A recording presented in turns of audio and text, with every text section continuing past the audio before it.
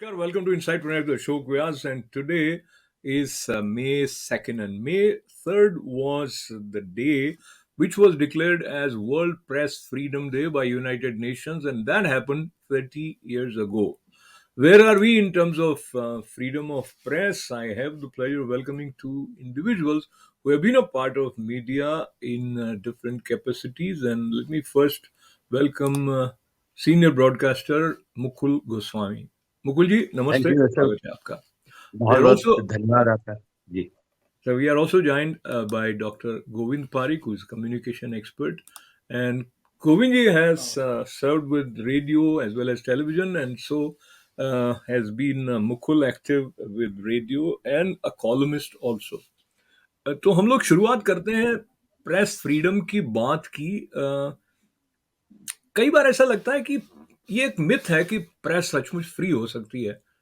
और अगर मुकुल जी आप हमारी स्वतंत्रता भारत की हुई उससे पहले से शुरू करें तो गांधी जी की पत्रकारिता को भी हम याद करते हैं, वो नवजीवन और क्या पत्र उन्होंने निकाले थे।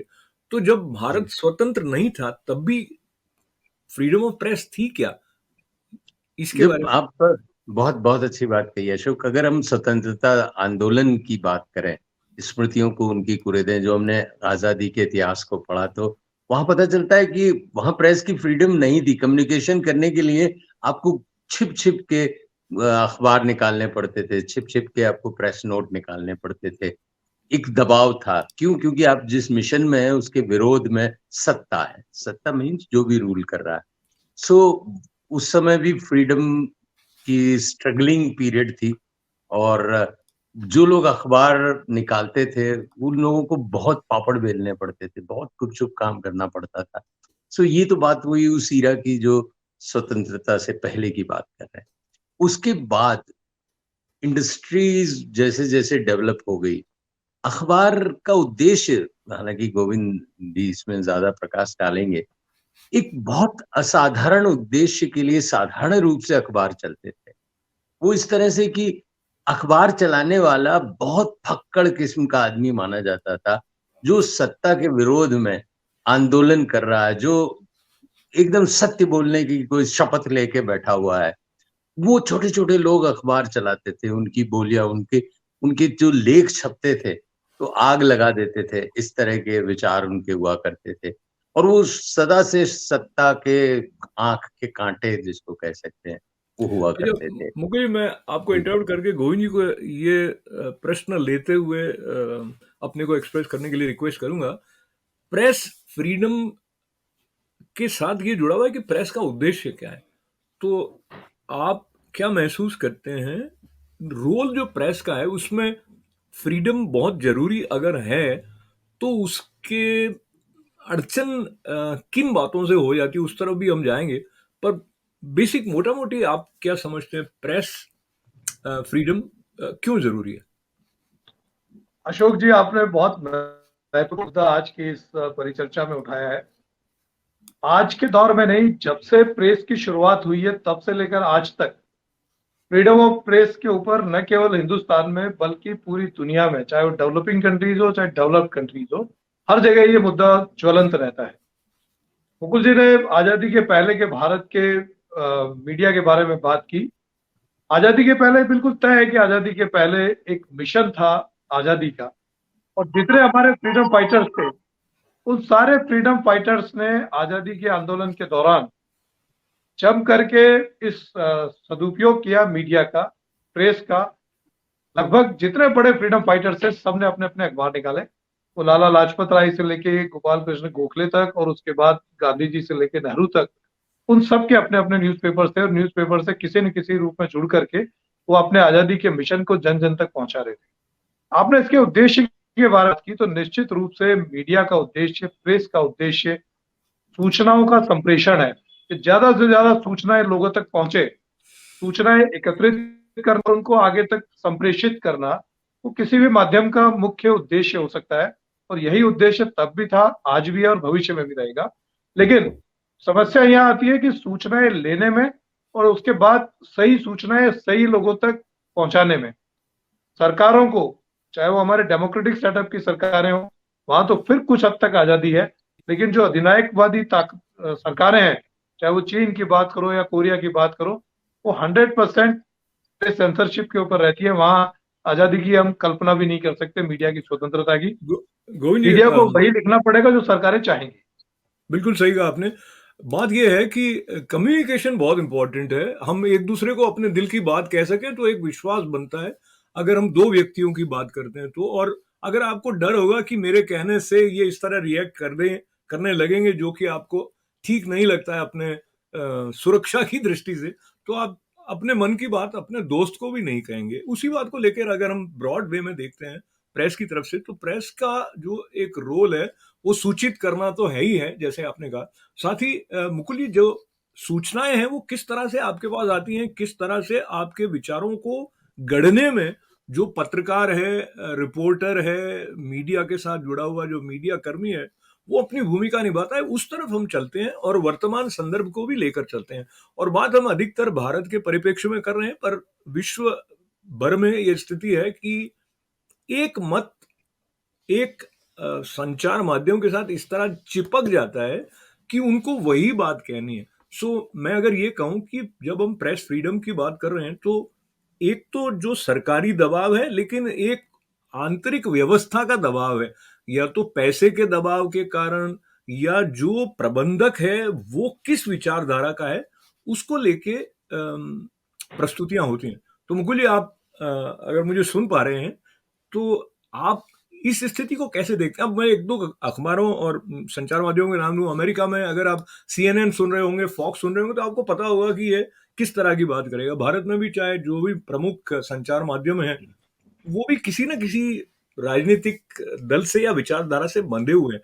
तो ऐसे में जब हम प्रेस फ्रीडम की बात करते हैं, तो ये अपने आप में अव्यावहारिक सा कहीं हो जाता है क्या? मुकुल जी, क्या सोचते हैं आप? तो मुकुल जी जी, मुझे लगता है मुकुल जी सुन लिया, मेरे ख्याल से नहीं, सुन नहीं मैं पा रहे। सुन पा रहा हूँ। आपका ब्रेक हो रहा है थोड़ा सा, पर जी मैं सुन पा रहा हूँ। मैं आपके प्रश्न का उत्तर दे सकता हूँ सीधे। जी मैं समझ जी गया आप कहना क्या चाहते हैं।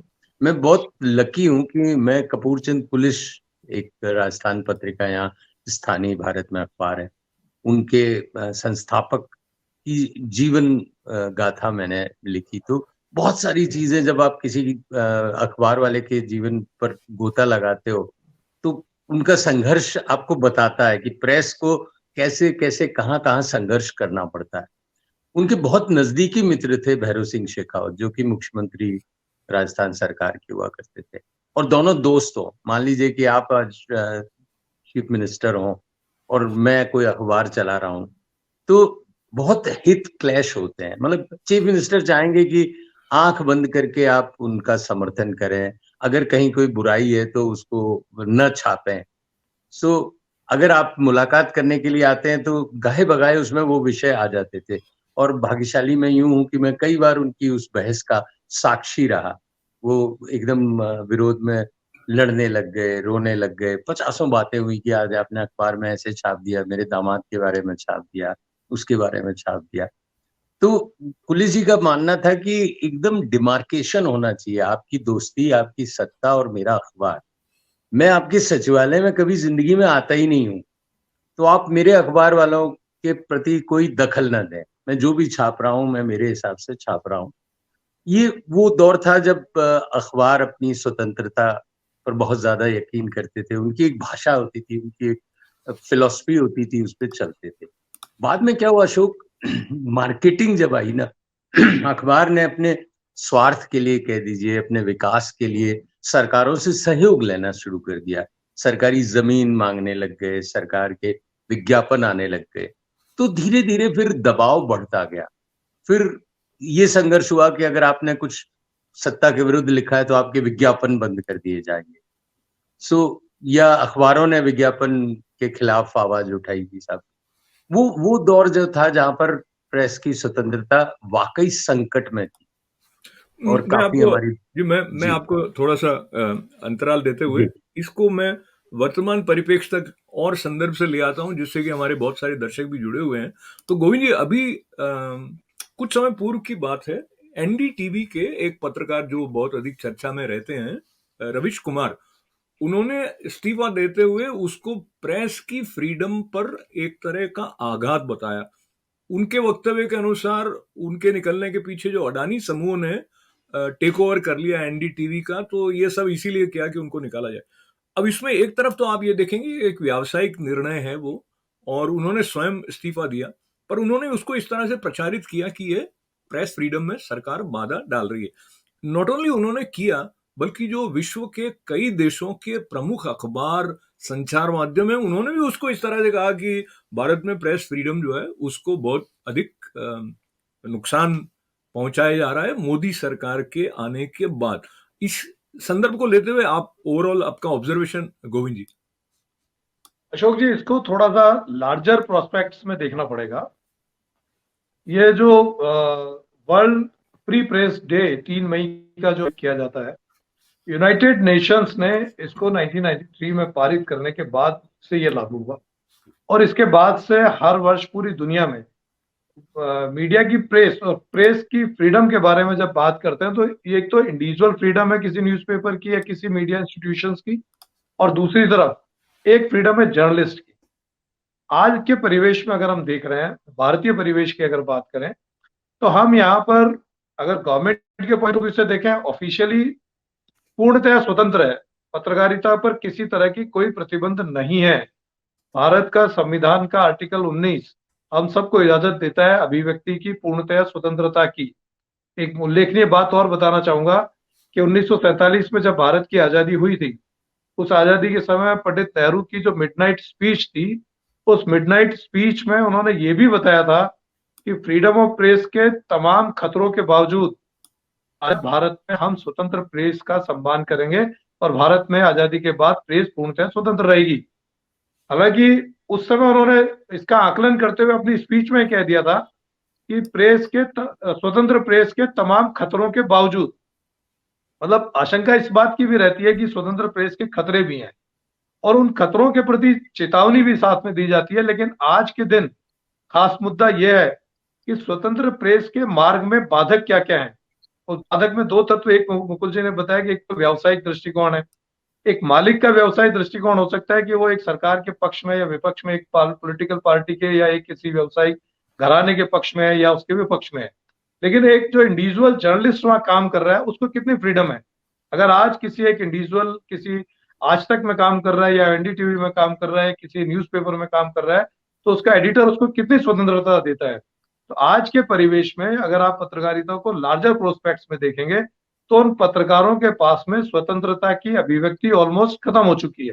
भारत में नहीं, जैसे आपने उदाहरण फॉक्स का या अमेरिकन चैनल्स का भी दिया, तो जो मालिकों ने पॉलिसी अडॉप्ट कर ली, अखबार मिशन नहीं रहा, अखबार एक प्रोडक्ट बन गया है, और उस प्रोडक्ट को जिताने के लिए उसको जो भी कुछ करना, उस प्रोडक्ट को मार्केट में चलाने के लिए उसके सारे व्यावसायिक हथकंडे अपनाए जाते हैं।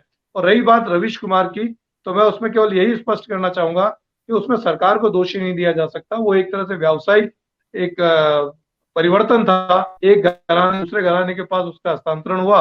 उनको पूर्वानुमान था कि शायद ऐसा होगा, क्योंकि ऐसा पहले भी कई पेपर्स, कई लोग जो इंडिविजुअली किसी के सरकार के विरुद्ध कुछ कार्रवाई कर रहे थे, तो उनको उन प्रतिष्ठानों ने नौकरी से निकाल दिया।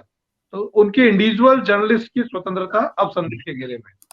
तो मुकुल जी और गोविंद जी, जब हम वर्ल्ड प्रेस फ्रीडम डे के साथ जुड़ते हुए प्रेस की फ्रीडम की बात कर रहे हैं, तो संचार माध्यमों में जब हम प्रेस की बात पहले करते थे, शायद 93 में भी, तब तक सोशल मीडिया का स्थान ही नहीं था संसार में।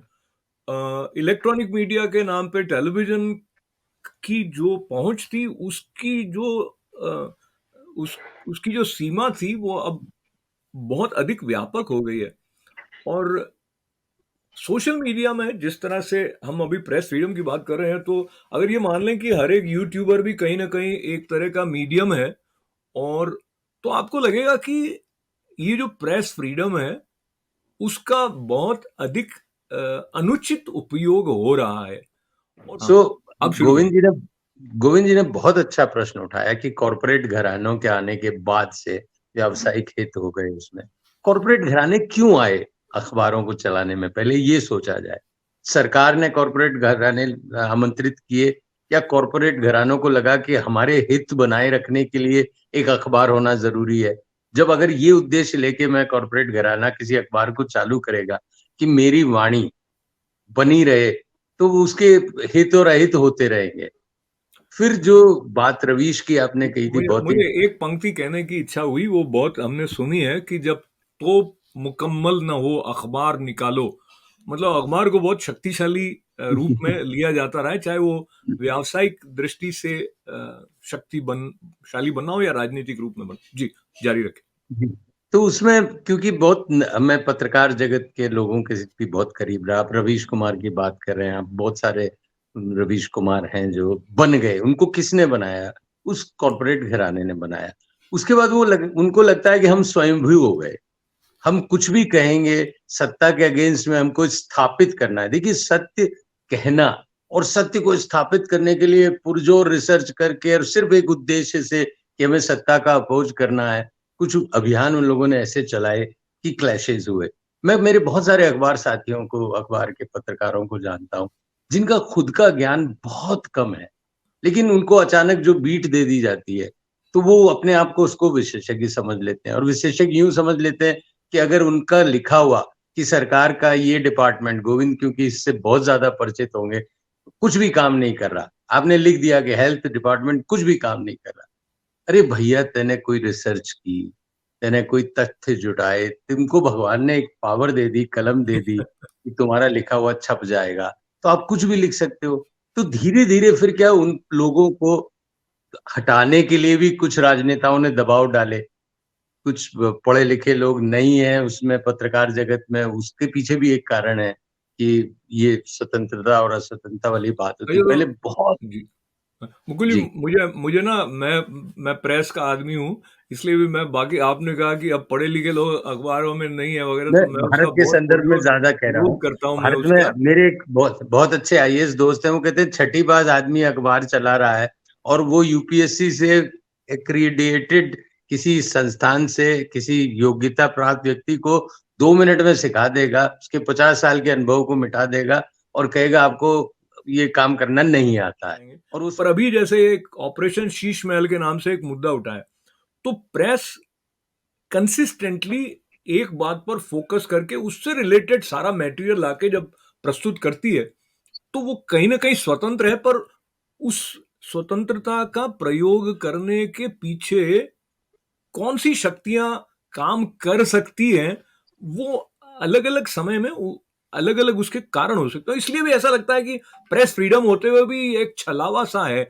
इसके बारे में आपका क्या विचार है? आप बिल्कुल सही कह रहे हो कि प्रेस फ्रीडम दिखती तो बहुत ज्यादा है कि आपने आज इंडिविजुअल एक आदमी के खिलाफ खूब सारी खबरें जुटा दी, और जुटाने के बाद अगर आप बहुत टैलेंटेड आदमी है तो उसको आप जस्टिफाई भी कर रहे हैं कि जो कुछ आप दिखा रहे हो वो बिल्कुल सच है। लेकिन ये आपकी स्वतंत्रता है कि आपने बड़ी मजबूती से दिखा दिया, लेकिन मैं आपसे कितना कन्विंस हो पा रहा हूं, मैं कितना प्रभावित हो पा रहा हूं, इसको प्रभाव को देखने के लिए आपने एक अच्छा सवाल पूछा था। उसका जवाब यही है कि आज की तारीख में आप किसी 1 2 3 4 न्यूज चैनल्स या 1 2 3 4 न्यूज पेपर्स को पढ़ करके आप परसेप्शन बनाएंगे तो हो सकता है आपका परसेप्शन गलत हो जाए। वो किसी न किसी तरह से बाइसनेस उसमें हो सकती है, उनकी पूर्व निर्धारित अवधारणाएं हो सकती है किसी के खिलाफ, और उसके आधार पर तथ्य जुटा करके उनको बहुप्रचारित किया जा सकता है। और इन बहुप्रचारित करवाने वाले बहुत सारे उद्देश्य भी हो सकते हैं। लेकिन इसको मैं फ्रीडम ऑफ प्रेस की अगर आज जिस लेवल की बात हम करना चाह रहे हैं वो ये भी है कि अगर हम भारत की फ्रीडम ऑफ प्रेस के इंडेक्स को, जो यूनाइटेड नेशंस के एक ऑर्गेनाइजेशन, एक एनजीओ है, यूनाइटेड नेशंस के साथ जुड़ा हुआ है, वो लिख रहा है कि 180 कंट्रीज ने इसके लिए, उसमें इन्होंने इसका आकलन किया। 180 कंट्रीज में इंडिया 150 नंबर आ गया, 150वें नंबर आ गया। 141वें में था पिछले साल, अब की बार 150वें पर आ गया।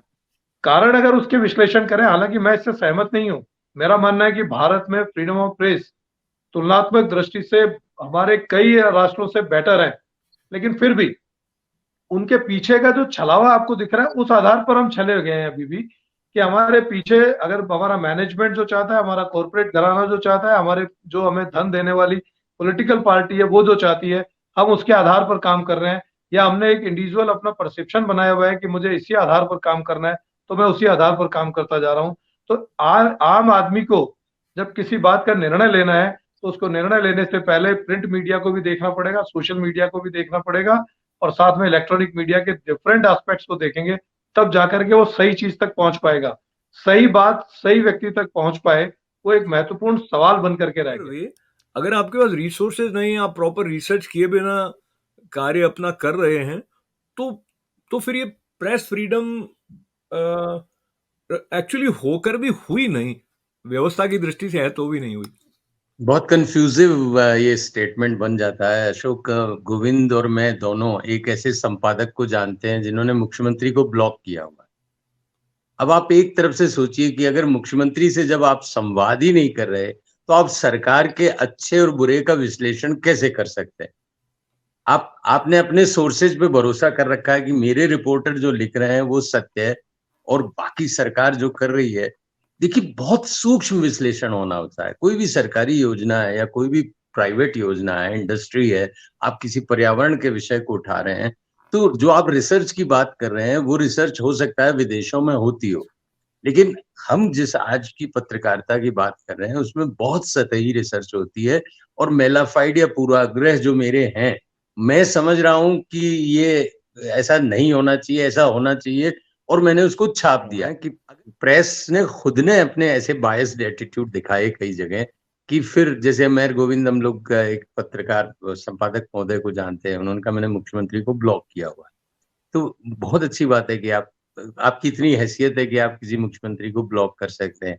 लेकिन दूसरी तरफ एक आता है कि आप एक अखबार चलाते हो और आप एक निष्पक्ष अखबार में छापने का दावा करते हो कि भी मैं समाचार जो भी छापूंगा वो निष्पक्ष होंगे, सटीक होंगे, विश्लेषणात्मक होंगे। जब आपका कम्युनिकेशन ही बंद है, तो आपकी निष्पक्षता तो पहले ही बायस्ड हो गई कि आप कहीं ना कहीं निश्चित रूप से बायस्ड हो किसी चीज से, कि मैं इस पूर्वाग्रह में हूँ कि इस मुख्यमंत्री से मुझे बात ही नहीं। तो बहुत सारी चीजें ऐसी बन जाती हैं। जैसे अभी एक राष्ट्रदूत अखबार है जयपुर में, वो लगातार संघर्ष कर रहा है। वो मुख्यमंत्री के मतलब सरकार के खिलाफ उसे छापना है, उसके विज्ञापन बंद हो चुके हैं।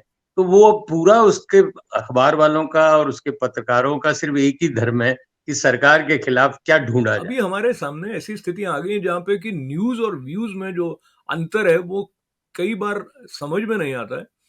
और जिस तरह टेलीविजन मीडिया में डिस्कशंस होते हैं, आपस में उनका जो संवाद है वो भी ऐसा नहीं है कि वो कहीं पहुंच पा रहे हो या कुछ ठीक से संप्रेषित कर पा रहे हो। ऐसा हो गया कि आप एक झंडा लेके आए हो, मैं एक झंडा लेके आया हूं, आओ लड़ाई करें। तो शब्दों से एक वाक युद्ध जैसा हो रहा है। बहुत ये बढ़िया। स्थिति भी प्रेस फ्रीडम के लिए हानिकारक है या लाभदायक है, गोविंद जी? देखो, इसके जो पहलू मैं शुरू से यही कहता आ रहा हूँ कि वर्ल्ड फ्री प्रेस डे, उससे तो आशय यह है कि आपको अभिव्यक्ति की पूर्णतः स्वतंत्रता है। आप चाहे वह लड़ाई कर रहे हो, चाहे झगड़ा कर रहे हो, चाहे आप इंडिविजुअल के पक्ष में बोल रहे हो, चाहे इंडिविजुअल के विपक्ष में बोल रहे हो, सरकारें आपके ज्यादा से ज्यादा विज्ञापन रोक सकती है, लेकिन आपको उठा के जेल में नहीं डाल सकती। ये स्थिति है। मैं उल्लेख करना चाहूंगा, ये भारतीय संविधान ये पूरी तरह से छूट देता है कि आज मैं कुछ अभिव्यक्त कर रहा हूं, तो अगर मैं पूर्णतः एक बिल्कुल इंडिविजुअल हूं, मैं सरकारी बंधन से अगर मुक्त हूं, तो मैं जो कुछ चाहूं वो अभिव्यक्त कर सकता हूं। मेरे विचार को अभिव्यक्त करने की मुझे पूर्णतः स्वतंत्रता है। ये फ्रीडम ऑफ प्रेस है, वो है हमारे यहाँ पूरी तरह से है। लेकिन इसमें एक जो अपन डिस्कशन कर रहे हैं वो इस तरह से हुई कि मीडिया की भूमिका क्या हो गई है, मीडिया को भूमिका क्या निभानी चाहिए और वो किस दिशा में चले गया है। लेकिन आज के दिन एक और महत्वपूर्ण बात ये भी रहती है कि कई राष्ट्रों में पत्रकार शहीद कर दिए गए, मारे गए अगर उन्होंने खबर नेगेटिव लिखी तो।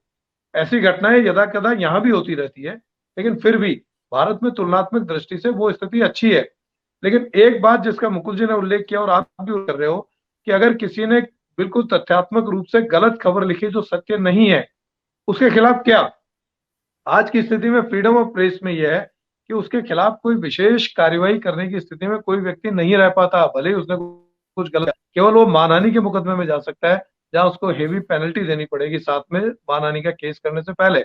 और भारतीय लोगों ने संविधान में इस बात का भी उल्लेख करने के साथ जोड़ा कि प्रेस को स्वतंत्रता की दृष्टि से इसको न्यायपालिका से मुक्त रखा जाए।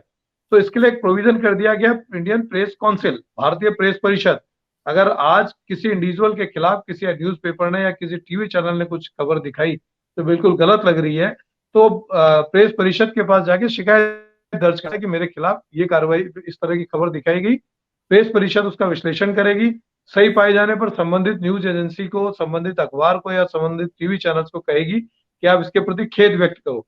आपने देखा भी होगा न्यूज़पेपर्स में कई बार कि फ्रंट पेज पर लीड न्यूज होती है जो गलत है, लेकिन उसने पूरी मानहानि कर दी, और जब उसको खंडन देना होता है तो वो 12वें पेज के एक छोटे से कोने में कर देगा कि हमें खेद है कि ये खबर गलत चली गई, इसका सही तथ्य ये है, जिसको किसी ने पढ़ा भी नहीं है। मैं चूंकि बातचीत के एक और समापन चीज की यहाँ पे तरफ जोड़ना चाहूंगा कि उस प्रेस परिषद को वो शेर कहा जाता है जिसके मुंह में कोई दांत नहीं है, वो किसी का कुछ नुकसान नहीं कर सकता। तो इसलिए इस दृष्टिकोण से मैं कहूंगा कि भारतीय परिवेश में प्रेस पूरी तरह से स्वतंत्र है, लेकिन स्वतंत्रता स्वच्छंदता की तरफ बढ़ चुकी है। हर इंडिविजुअल अपने फायदे के लिए, चाहे वो प्रिंट जर्नलिस्ट हो, चाहे वो मीडिया इंस्टीट्यूशन हो, चाहे कॉर्पोरेट सेक्टर हो, वो मीडिया का यूज इसकी ताकत को अपनी ताकत के रूप में इस्तेमाल करता है। वो स्वच्छंदता है, स्वतंत्रता नहीं। तो ये बीच में हमने मुकुल जी को थोड़ी देर के लिए वो खो दिया था, खो वो दिया लौट आए, हम समापन की था। तरफ बढ़ रहे हैं मुकुल जी। एक बात पीत पत्रकारिता वाली आ जाती है जो गोविंद जी कह रहे थे उससे, कि आपने किसी को एक्सप्लॉइट कर दिया, उसका डिफेमेशन इतना हो गया कि उसको जो नुकसान है उसकी भरपाई तो हो ही नहीं सकती, बाद में आप छोटी सी माफी कहीं लिख देते हैं, वो पर्याप्त नहीं है। और जैसे गोविंद जी बता रहे थे उस बात को लेकर, मुझे लगता है कि जब तक प्रेस स्वयं अपनी मर्यादा को समझकर उनके अनुसार आचरण नहीं करेगी, तब तक मुझे लगता है ये जो प्रेस फ्रीडम की बात है उसका कोई अर्थ रह नहीं जाता है। और जो भी विचार इस दृष्टि से आपको आते हैं कि प्रेस की स्वतंत्रता के लिए संबंधित पक्ष, चाहे वो पत्रकार हैं, संपादक हैं, या मैनेजमेंट है, या सरकार है, वो क्या कर सकते हैं? बहुत संक्षेप में मुकुल जी आपसे शुरू करते हैं। तो आज के युग में सोशल मीडिया इतना पावरफुल है कि अगर एक अखबार कोई चीज गलत प्रचारित करता है, तो पहले क्या था, आपके पास सिर्फ एक ही साधन था कि आप उस अखबार वाले को लिखो कि भाई ऐसे ऐसे हो गया और आप इसमें मदद कीजिए, आप खेद छापिए। अब आपके पास है कि आप अपना पक्ष सोशल मीडिया पे रख सकते हो कि साहब इस अखबार में ये छपा है, और बहुत सारे लोग उसको समर्थन देंगे, देते हैं। ऐसे कई आंदोलन हुए हैं। लेकिन आज भी बलि चढ़ी जाती है। मेरे एक बहुत अच्छे मित्र हैं, पत्रकार हैं, वो बहुत बड़े ग्रुप में काम करते थे, और मुख्यमंत्री ने उनको एक ही शर्त पे कि भाई इस आदमी को हटा दो तो मैं आपके राज्य में सारी जो भी अभियान है वो चलाने दूंगा, विज्ञापन दूंगा, वरना नहीं दूंगा। तो अब वो प्रेस की स्वतंत्रता की बात कर लो या कुछ भी कर लो, वो जीवित मिसाल हैं जो लोग ये बता रहे हैं कि भाई सत्य हम नहीं कह सकते। लेकिन अब सत्य क्यों नहीं कह सकते, वो विषय बहुत ही बहस का विषय है कि आप तो कितने मेलाफाइड हो, नहीं हो, उन सब में ये एक घुल मिल जाता है प्रश्न। सही कहा आपने मुकुल जी। मुझे वो दुष्यंत कुमार का शेर याद आता है कि लोग कहते थे कि ये बात नहीं कहने की, तुमने कह अब दी जो है कह तो दिए, कहने की कहने सजा की लो सजा। यारों। तो हम लेकिन सजा शब्द को फिर सजाने की तरफ ले जाते हैं गोविंद जी। तो कैसे प्रेस फ्रीडम को सजाए रखा जाए, इसके लिए क्या कदम उठाए जा सकते हैं? आज ज्यादातर डेमोक्रेटिक कंट्रीज में प्रेस लगभग स्वतंत्र है, लेकिन उस स्वतंत्रता के साथ साथ प्रेस को स्वयं अपनी जिम्मेदारी खुद निभानी पड़ेगी। और अगर कहीं पर पत्रकारिता की फ्रीडम ऑफ प्रेस प्रभावित होती है, जैसा मुकुल जी ने उदाहरण दिया कि एक इंडिविजुअल को स्टेट का चीफ मिनिस्टर कहता है इनको हटाओ, तो उनका कॉर्पोरेट घराने के ऊपर डिपेंड करता है कि वो क्या निर्णय ले रहा है। कि स्वतंत्रता का अर्थ स्वच्छंदता नहीं होना चाहिए, जैसा कि गोविंद जी ने कहा था। और जब वो होने लगेगा तो फिर हम एक इसमें असंतुलित अशोक एक बात जोड़ना चाहता हूँ, मैं एक लाइन जोड़ना चाहता हूँ। जैसे गोविंद ने बहुत अच्छी बात की, सरकार है या संचालक है, संस्थापक है, उनकी भूमिका है। मैं कहता हूँ पाठक की भी बहुत बड़ी भूमिका है। अगर वो गलत अखबार कहीं जो निरंकुश है या स्वतंत्र नहीं है, बाइज्ड है, तो वो भी उसका बहिष्कार करके अच्छे अखबारों को जीवित रखने में अपना जा सहयोग दे सकता है। सकते हैं। फिर एक बार ये यूनाइटेड नेशंस ने 1993 में जो वर्ल्ड प्रेस फ्रीडम डे घोषित किया था, उसको ध्यान में रखते हुए ये जो बातचीत हुई, इसकी जो सार्थकता है वो आपकी प्रतिक्रिया से अधिक पता लगेगी। पर गोविंद जी आपका बहुत बहुत धन्यवाद है, मुकुल जी आपका आभार है। थैंक धन्यवाद। यू। मंगल कामना।